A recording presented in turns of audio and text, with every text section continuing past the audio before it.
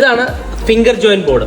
Finger joint board പ്രത്യേകം എന്ന് പറഞ്ഞു കഴിഞ്ഞാൽ നമുക്കിങ്ങനെ ഫിംഗർ ലോക്കിംഗ് സിസ്റ്റത്തിലാണ് ഈ ബോർഡ് മാനുഫാക്ചർ ചെയ്യുന്നത്.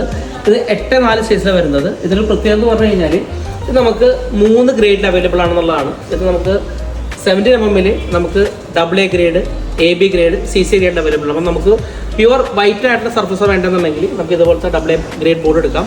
പിന്നെ അതുപോലെ നമുക്ക് ലൈറ്റ് ആയിട്ടുള്ള നാച്ചുറൽ ആയിട്ടുള്ള പാച്ചസ് ഉള്ള ബോർഡ് വേണമെന്നുണ്ടെങ്കിൽ നമുക്ക് ഇങ്ങനത്തെ ബോർഡ് കൊടുക്കാം. അപ്പോൾ രണ്ടിൻ്റെയും സ്ട്രെങ്ത്തും കാര്യങ്ങളൊക്കെ ഓൾമോസ്റ്റ് സെയിം തന്നെയാണ്.